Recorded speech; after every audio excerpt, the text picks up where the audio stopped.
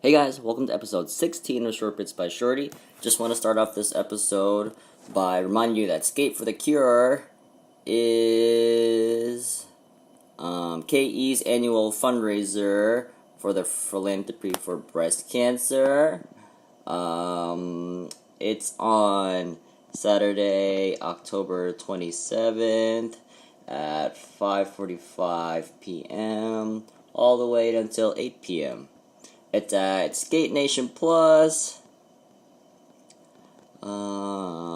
There's ice skating fun, games, raffle prizes, and costume contests. Let's see. And best Disney on Ice costume gets a $50 Amazon gift card.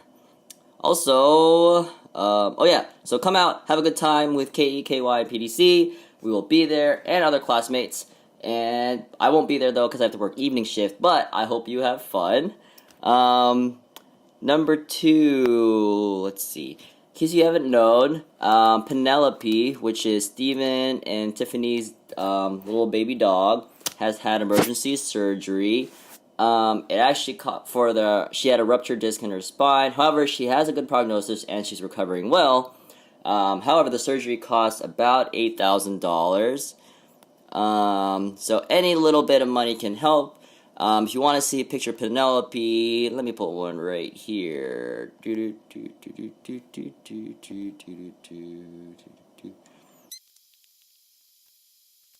So here's a picture of Penelope. She's a cute little girl. She's pretty wild if you've ever seen their Snapchats. Full of energy, full of life. Please help some classmates out. That's Tiffany and Steven. $8,000 can help cover the cost of their surgery. Any little bit helps, even just $5 or even $1. That's just one Starbucks drink, y'all. You can give one up for the week. If you want to donate, go to https tiny. I made a link for them. url.com/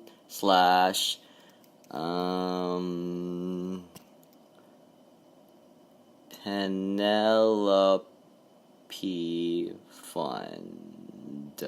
So yeah, that's https let's see, tinyurl.com/PENELOPE fund.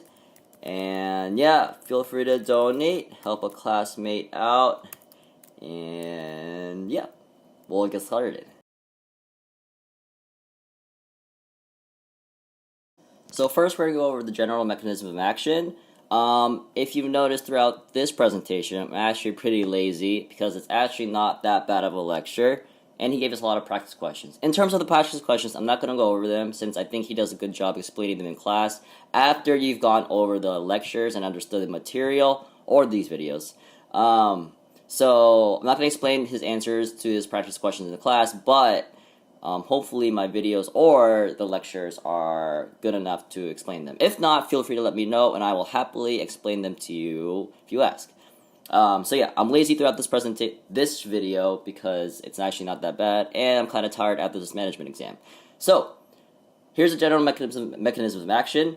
NSAIDs target prostaglandin synthetase enzymes. Which are cyclooxygenase 1 and cyclooxygenase 2, which I abbreviated with Cox2. The NSAIDs target Cox1 and Cox2, which produce prostaglandins.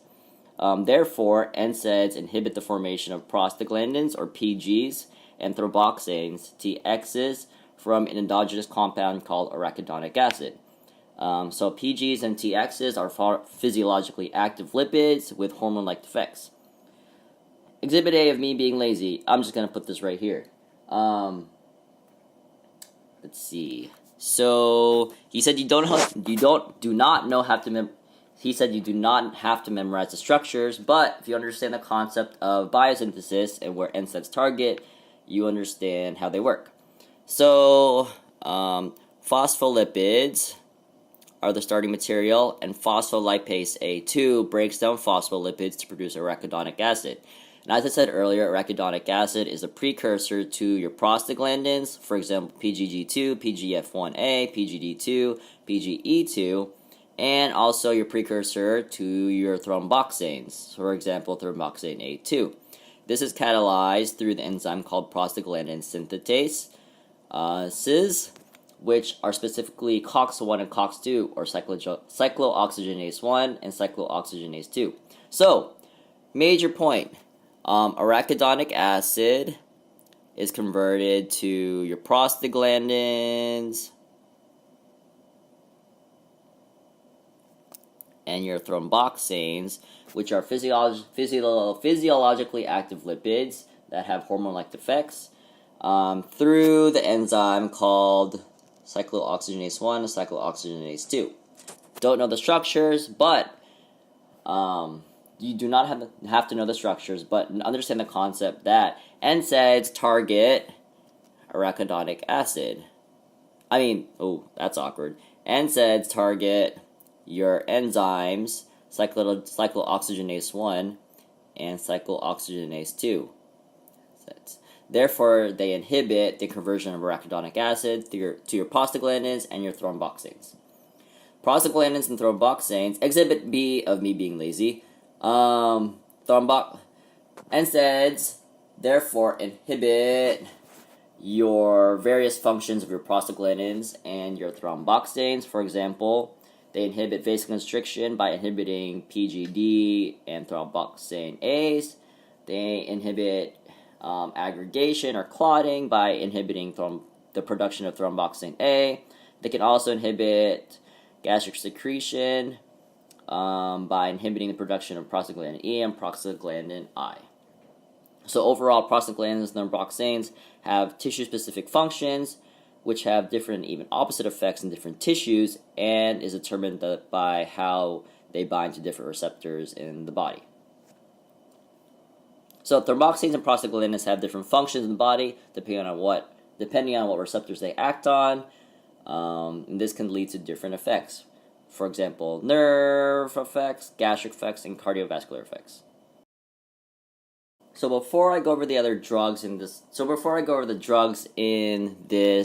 video, I want to go over how the NSAIDs, or how arachidonic actually binds to Cox in the body, and therefore this can help you understand how the other drugs bind to Cox in the body to inhibit prostaglandin and thromboxane synthesis. So here is, so here is the core active site. Here is the core active site of Cox, and here is Cox. I should label this. So let's see. Other amino acid in Cox. Okay. So let's see. If you imagine Cox, so Cox is the enzyme. Here is the core active site of Cox, and here are the other. This green is basically a summarization or generalization of all the other amino acids in Cox. So all the other amino acids in Cox interact with a hydrophobic chain of arachidonic acid to form hydrophobic interactions. However, the main binding site, the main part of the molecule, the most important part of the molecule is this carboxylic acid part. So most important part of the molecule is the carboxylic acid group. Because, number one, why? Because, binds to the active site. Binds to active site. And it also, number two, directs the molecule in the other interactions. In other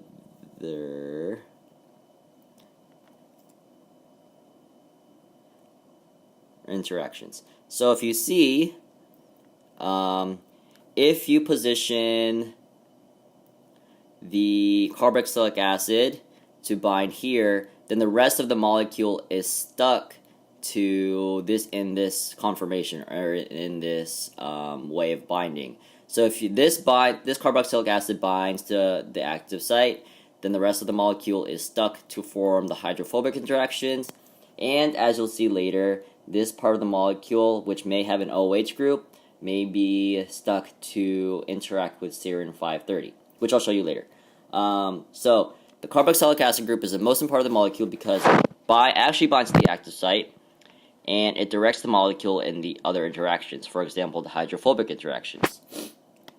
So the active site is composed of, the active site of Cox is composed of this little part with nitrogens, and what you have here is actually an acid-base reaction.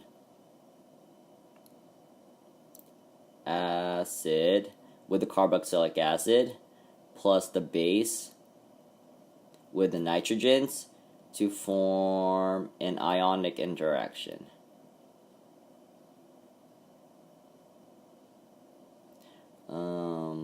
Let's see.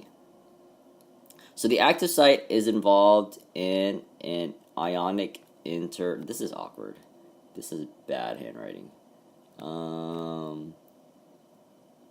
Interaction. So the active site is involved in an ionic interaction between the acidic carboxylic acid and the arachidonic acid, and your basic amine groups and your arginine 120 moiety. So the arginine 120 is the arginine at the 120 position of Cox enzyme, and this arginine has nitrogens. This nitrogen is the base. It reacts with the acid and arachidonic acid to form an acid-base reaction, which is an ionic interaction.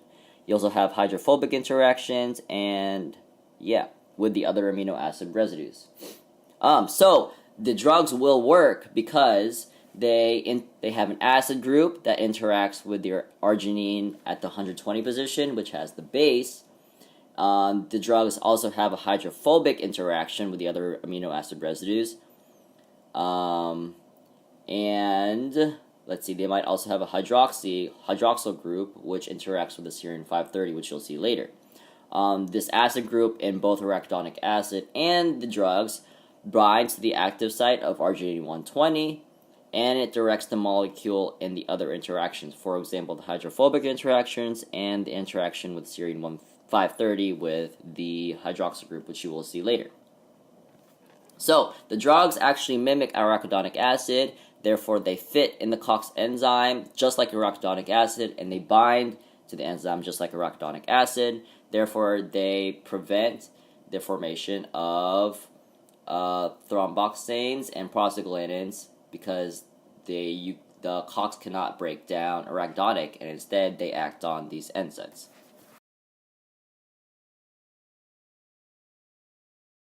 So the first class of drugs we're going to talk about are your salicylates. So your salicylates have the general form of I'm not going to draw all of them. I'm just going to draw a representative structure because they all pretty much look the same in each class. So the salicylates have, this phenyl ring, the acid, and another group attached. So if you see, simple phenyl ring, your essential carboxylic acid, and another group, which can be an OH, which can be something else. So your salicylates is composed of your simple phenols, your simple phenyl rings, your carboxylic acid, and another group. Salicylic acid and all the other acids bind to Cox enzyme in this way. So remember I said earlier they have the hydrophobic interaction with the ring, or with arachidonic it's the long chain of carbons. Here it's the same way. You have some carbons which form a hydrophobic interaction. You have the acid which forms the ionic interaction, the acid-base reaction with arginine 120. And as I said earlier, Cox also has an interaction with serine 530 and salicylic acid. So this hydroxyl group is a hydrogen bond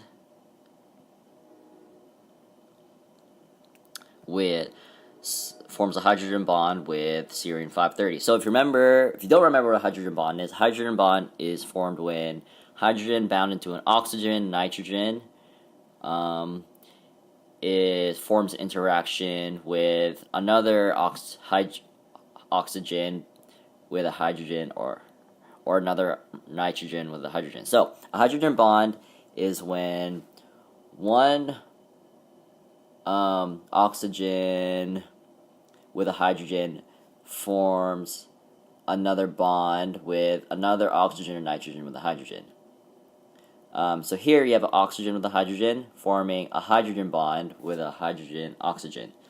This is termed a hydrogen bond because these hydrogens and oxygens interact, form a hydrogen bond.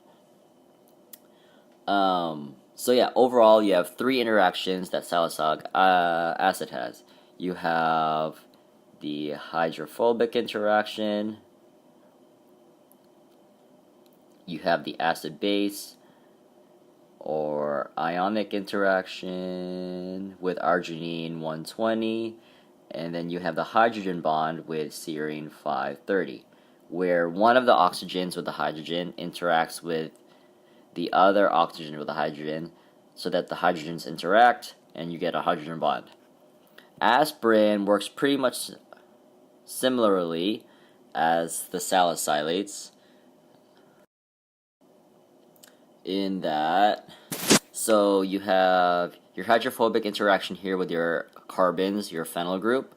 You have the arginine 120 forming an acid-base reaction with this acid. However, the only thing different is the acetylation step. So let's see. So if you see here, serine 530 has the oxygen, which has lone pairs. If you remember from Orgo, if you don't, I'm just giving you what's happening here. This lone pair is going to attack the carbon, which breaks the bond here. And now you notice, if you break the bond there, you're left with an oxygen, and then one of the hydrogens attaches to it from over here.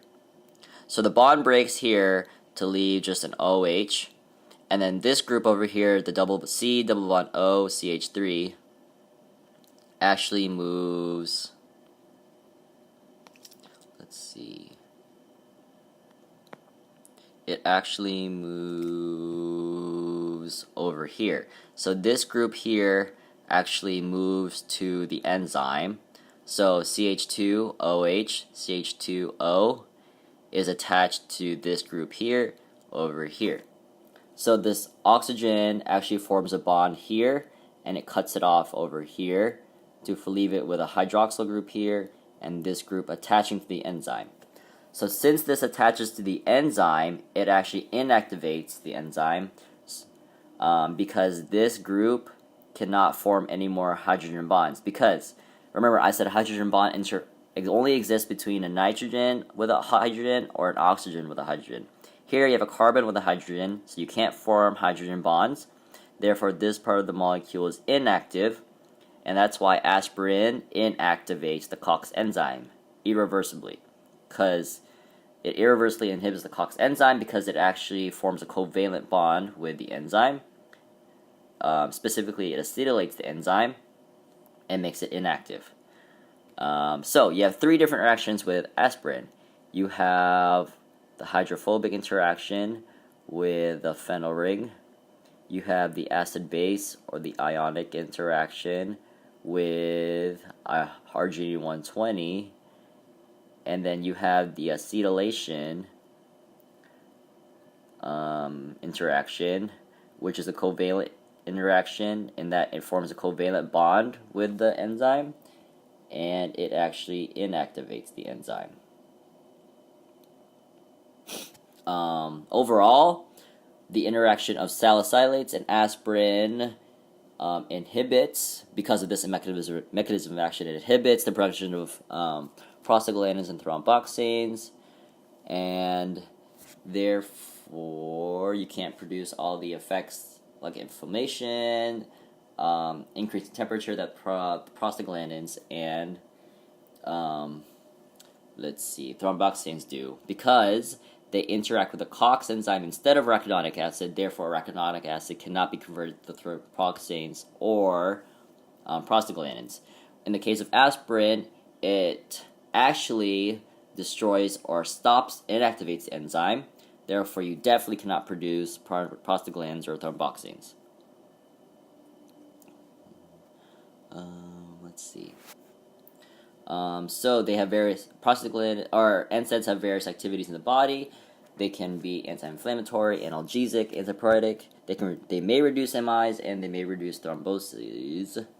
So why do they reduce MIs and thromboses? So if you refer to the table, I'm only going to do this once for you. I don't want to scroll. So they see. They reduce MIs because they actually inhibit this phase of constriction produced by inhibiting the prostaglandin D and thromboxane A's. They produce thromboses because they inhibit the induction of platelet aggregation, or they inhibit clotting produced by thromboxane A.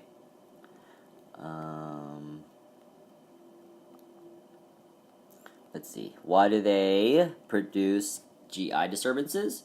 Because if you refer to the table, they inhibit GI prostaglandins and thromboxanes, these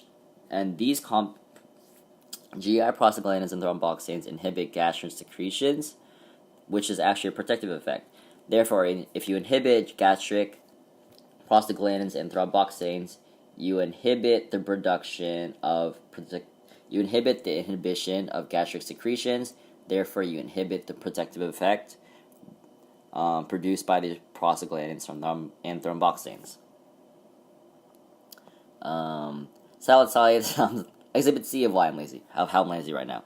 So, salicylates have rapid absorption, and their metabolism follows esterases. They can follow esterases, where this esterase breaks this ester bond. They can also be oxidized to add a hydroxyl group over here, or even over here. They can also be glucuronidated, where they add this sugar group, or this glucose. So remember, glucuronidation happens at OHs. So here's your OH, and here's your OH if you break this down with an esterase first. You can also add a glycine group, which is this little thing right here. So salicylates have 4 different metabolism routes. They can be esterases, can break down the ester over, for example, over here. You can oxidize them to add hydroxyl groups. You can glucuronidate it, add the hydroxyls or the esters after you add the esterases.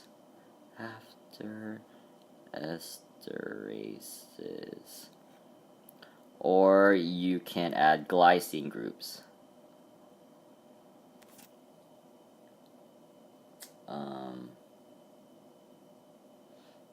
Let's see. So the SAR, as we talked about earlier, the most important group is your carboxylic acid group because it forms the ionic interaction with arginine-120, and it directs this part of the molecule and this part of the molecule into the other amino acid residues.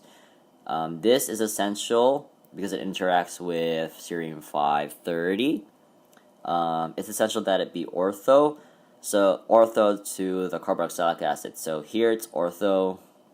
You might also have it here. However, meta and pair are bad. So this is bad. Because this is meta to the carboxylic acid. This is bad because it's para to the carboxylic acid.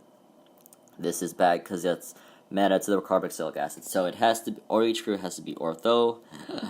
And then you have this hydrophobic interaction with this group, the phenyl group.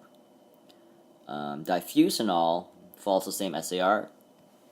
It has a hydrophobic interaction here, the ortho hydroxyl here, a carboxylic acid group here, which is essential for its activity because it binds to arginine 120. However, why is this compound more potent? It's more potent because, as I said earlier, the more hydrophobic interactions you add, the more potent, the better it binds to the enzyme. So this is your increasingly hydrophobic group. And which forms more hydrophobic interactions with the enzyme with Cox, therefore leading to increased potency.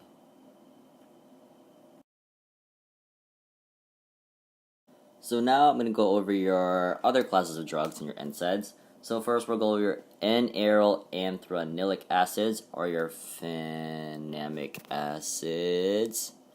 These simply have,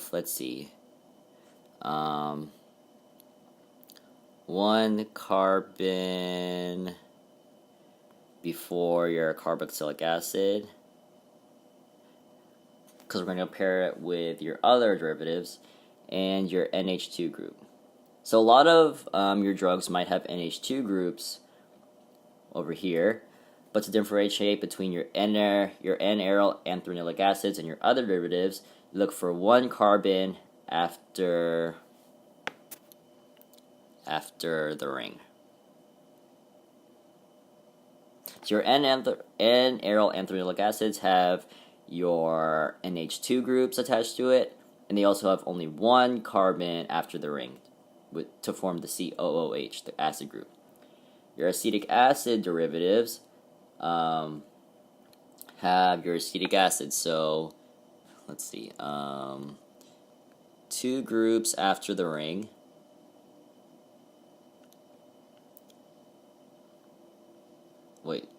Two carbons after the ring. And that's termed an acetyl. Acetyl sounds familiar, might sound familiar because I said earlier that, this is long back. Acetylation is the process that happens with aspirin. So here's your acetylation, which is two carbons. Your acetyl group is added, your two carbon group is added to your enzyme. In the same way, an acetyl group is a two carbon group. Here it happens after the ring. So your acetic acid derivatives have two carbons after the ring, so two carbons, and they might also have a nitrogen, which you can contrast with your N-aryl anthranylic acids, because N-aryl anthranylic acids only have one carbon after the ring. Acetic acid derivatives have two carbons after the ring, so 1, 2. That's your acetyl group. That's why they're termed acetic acid derivatives. So look for two carbons after the ring for an acetyl group. Here's your ring, and here's 1, 2 carbons, which is toradol. Your propionic acid derivatives, so for example, naproxen, they have 3 carbons after the ring. 3 carbons after ring. So here, you have 1, 2, 3 in naproxen, and phenbufen you have 1, 2, 3, and then 4 TBH. It has at least 3. Let's give it a propionic acid. At Tolidec, here's your ring, and here's hold on. Oh, okay, let me specify. So it's going to be the number of carbons after the phenyl ring. After phenyl ring. So always look for your phenyl ring and then count the number of carbons. So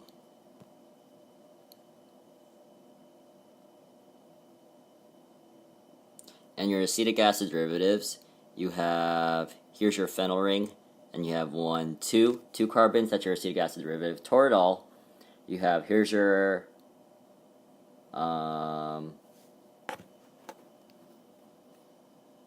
or aromatic.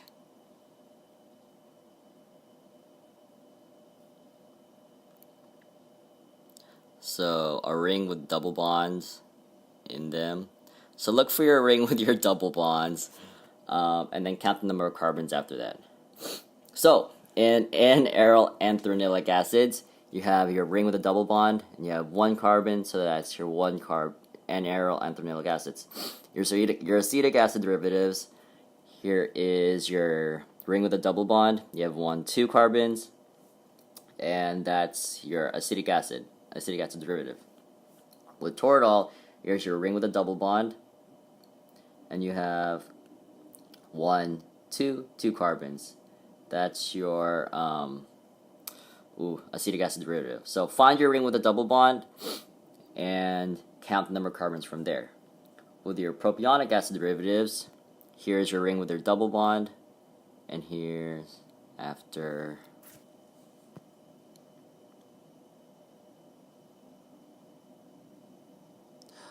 bond,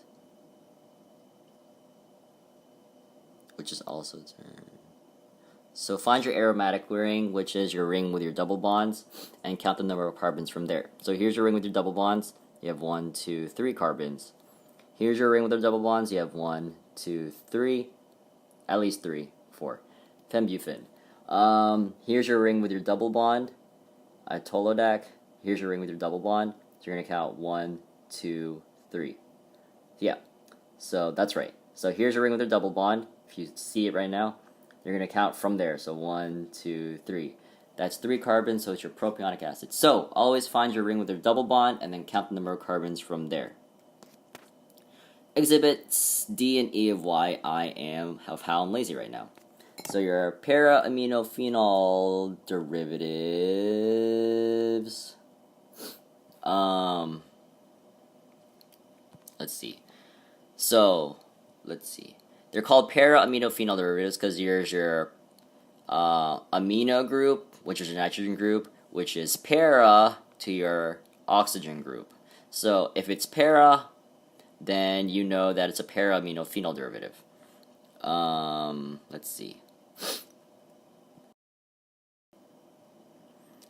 So let's see. Your older ones used to be acetanilide and phenacetin. However, these are no longer in use. Therefore, we use acetaminophen now. This has a pKa of 9 to 11. Substituting. Let me blow it up for you. Substituting the nitrogen produces inactive compounds. So inactive compounds are produced when you substitute the nitrogen. So this oxygen group here is less toxic than other substituents. This is what that statement means. So adding a hydroxyl here makes the compound less toxic than anything other substitutions here. Let's see. So why is acetaminophen less toxic than acetanilide and phenacetin, which I said were discontinued? So let's see. So acetanilide actually produces this compound, which produces hemolytic anemia. It can also produce acetaminophen, which may form a toxic metabolite and may conjugate with hepatic proteins. Phenacetin also has 2 metabolites. It can form one with hemolytic anemia and one that forms a toxic metabolite that may conjugate with hepatic proteins. Acetaminophen, however, only forms one metabolite, which is just the toxic metabolite that may conjugate with hepatic proteins. So while acetanilide and phenacetin form two toxic metabolites.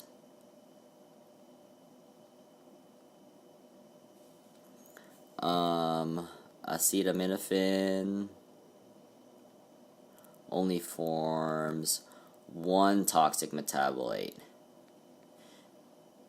Therefore, it is less toxic than metabolite.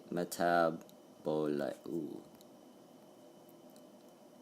That's why it's less toxic than acetanilide and phenacetin. Let's see. Oh, also, may or may not test you this, but acetaminophen also undergoes sulfation or glucuronidation. You can add a sulfate or you can add a glucuronidate. You can sulfonate or glucuronidate it. Your Cox2 selective compounds are, let's see. These are compounds that have this, what's the name for it? Sulfonamide. They have this, which is termed your sulfonamide. And it's termed so because that's your sulfur group, and your amide group, So look for your sulfonamide. Those are your Cox2 selective. These only act on inflammation and pain, and they do not act on GI maintenance. Therefore, they have little GI side effects because they do not inhibit the inhibition of gastric secretion, which is a protective effect. Vioxx increases blood pressure and disrupts inhibition of platelet aggregation because they decrease the production of PGIs. So, to review everything, number 1, come out to escape for the cure. Number 2, donate to Penelope. She's a good girl, and do it for a good cause. General mechanism of action of your NSAIDs: they inhibit the production of prostaglandins and thromboxanes by binding to Cox1 and Cox2. Let's see. They're involved in many functions. The most important part is your carboxylic acid because it binds to arginine 120 by an acid-base reaction.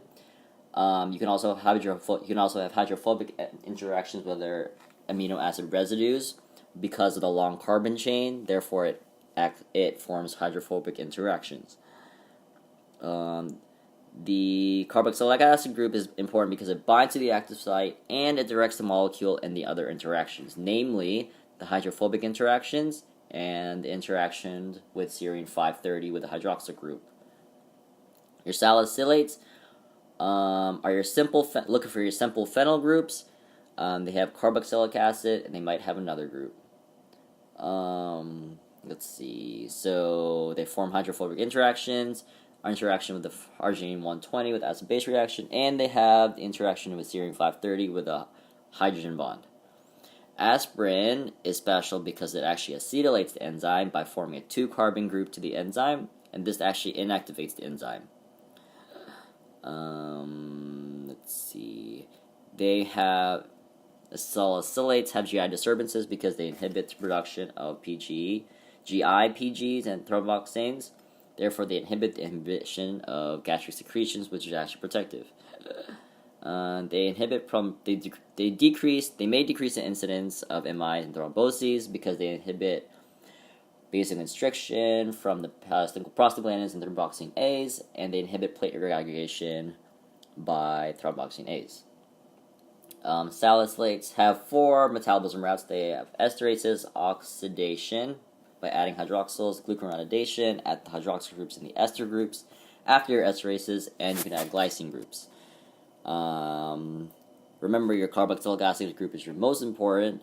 Hydroxyl group is essential in forming additional interactions, namely a hydrogen bond interaction with serine 530. You need this hydroxyl group ortho to your carboxylic acid group, not meta or not para. Diflutinol is more potent because it has additional hydrophobic interactions with this additional phenyl ring. Your aryl anthranilic acids have only 1 carbon coming from the double bond or your aromatic ring, and they also have the amine group. Your acetic acid derivatives has 2 carbons coming after the aromatic group or your double bond ring. Propionic acids have 3 carbons coming after your double bond ring or your aromatic ring. At least 3. They can have 4 like in phenylbutene.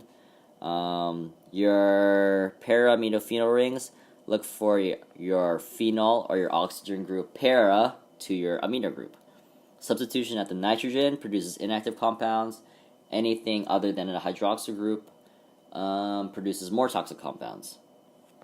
Acetaminophen is less toxic because it only produces 1 toxic metabolite, while acetanilide and phenacetin produce 2 toxic metabolites. Cox2 selective compounds have the sulfonamide. Look for the sulfur with the amide attached to it. These only act on inflammation and pain and not GI maintenance because they do not produce prostaglandins and thromboxanes involved in GI maintenance. Vioxx has an increased incidence in blood pressure and disruption of inhibition of platelet aggregation because they decrease the production of PGIs. So, if you have any questions, comments, concerns, positive feedback, constructive feedback, feel free to leave it at CHRISTIANRUI629. Also, feel free to subscribe, and if you need a more clear visual of anything in the video, feel free to look at the handout found in the video description at the bottom of the video. Good luck on the test.